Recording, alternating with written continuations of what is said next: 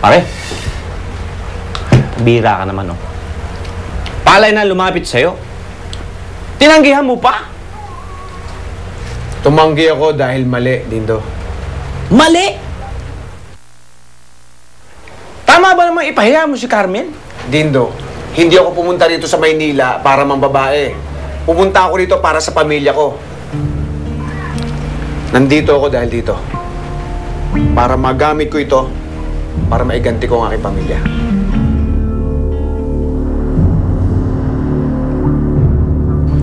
Kahit na anong mangyari, kahit kailan, hindi ako maliligaw sa mission ko.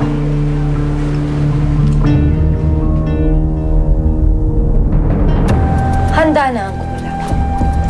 Crisanta, ilagay mo na ang buhok ni Inigo sa kawat.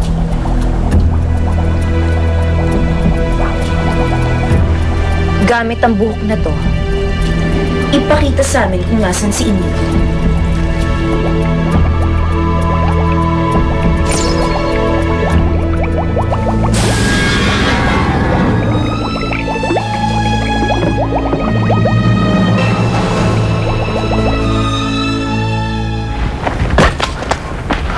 Oh, eto pa.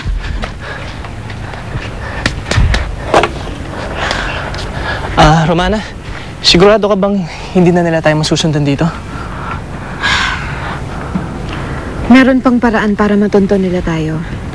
Pero may alam naman akong pangontra. Ang laban ng dalawang sursera ay nagsisimula bago pang aktwal nilang paghaharap. Dahil ang laban ng sursera ay laban ng talino at paramihan ng kaalaman. Hindi lamang sa tagisan ng kapangyarihan. At bakit? Guro, ako po. Mika! Dahil, bago pa man ang labanan, may mga kulam at salamangka na maaaring mahabi ng isang sorsera bago pang aktwal na labanan. May kulam na pagtunton, may sumpa ng pampahina, at kung ano-ano pa. Maraming salamat. Kaya kayong mga sursera, kailangan lagi kayo nag-iingat sa inyong mga sarili. Mag-ingat. Dahil kahit sa isang hibla ng buhok na nanggaling sa inyo, isang maliit na butunes galing sa damit mo, yan ay maaaring gamitin laban sa inyo. Pero Guro, paano po kapag hawak na ng kalaban yung gamit na galing sa'yo? May pangontra po ba yun? Lahat ng bagay sa mundo ay may katapat at may kasalungat. Kung may mataas, may mababa. Kung may madilim, may liwanag. Kung may kaguluhan, may katahimikan. At ang lahat ng kulam ay may pangontra. At yan ang ituturo ko sa iyo.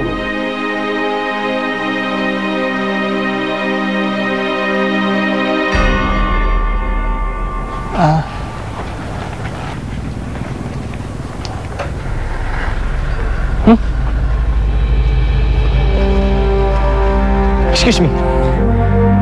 Anong ginagawa mo? Eh di hinihilo ka. Ano ka ba? Protection to.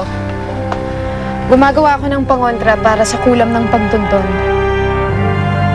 Hawakan mo kamay ko.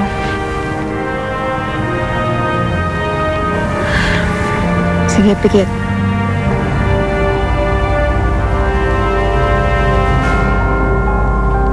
Sirkulo ng kapangyarihan. Sirkulo ng proteksyon. Sa kulam ng pangtunton, bigyan mo kami ng proteksyong pangtugon.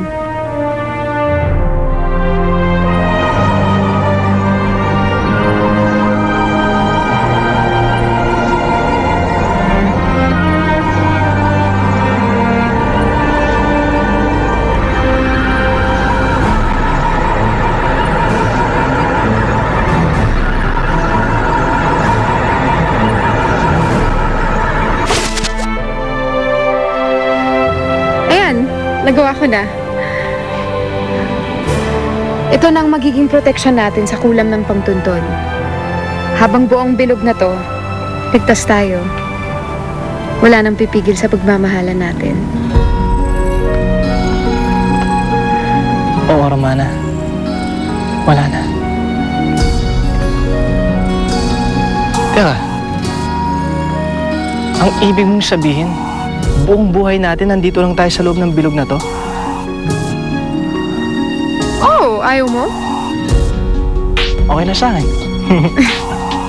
Hindi. Pwede ka namang lumabas. Huwag walang... Inigo! Hindi, joke lang. Huwag lang mapuputol yan. Sige. Ay! Wag! Yan. Sandali. May nararamdaman ako. Pumikit ka ulit. Sige, hinga lang. Ganun, ha? Halika dito! Elena, huwag kang mag-alala. Siguradong ligtas si Romano. Sana nga, Guro. Hindi ko mapapatawad ang sarili ko kapag may nangyaring masama kay Romana. Elena, hinulughog na namin ang lahat ng sulok ng sanktuaryo pero wala pa rin si Romana. Saan naman po kaya pupunta si Ate Romana?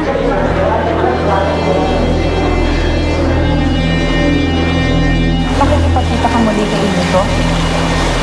Hindi pwede, Romana. Hindi na ako makakapagod. Bakit hindi pwede? Nagmamahalan kami ni Inigo.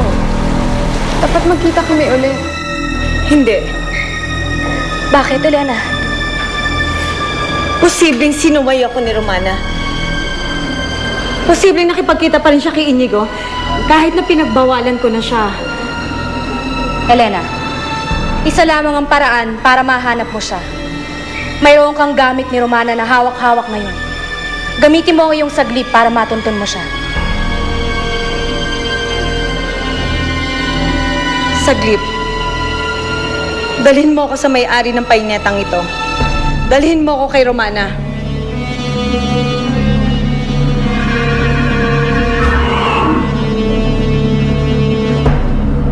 Ayaw gumana ng saglip. Hindi gumagana ang salamangka ng pagtunton. May pangontra si Romana.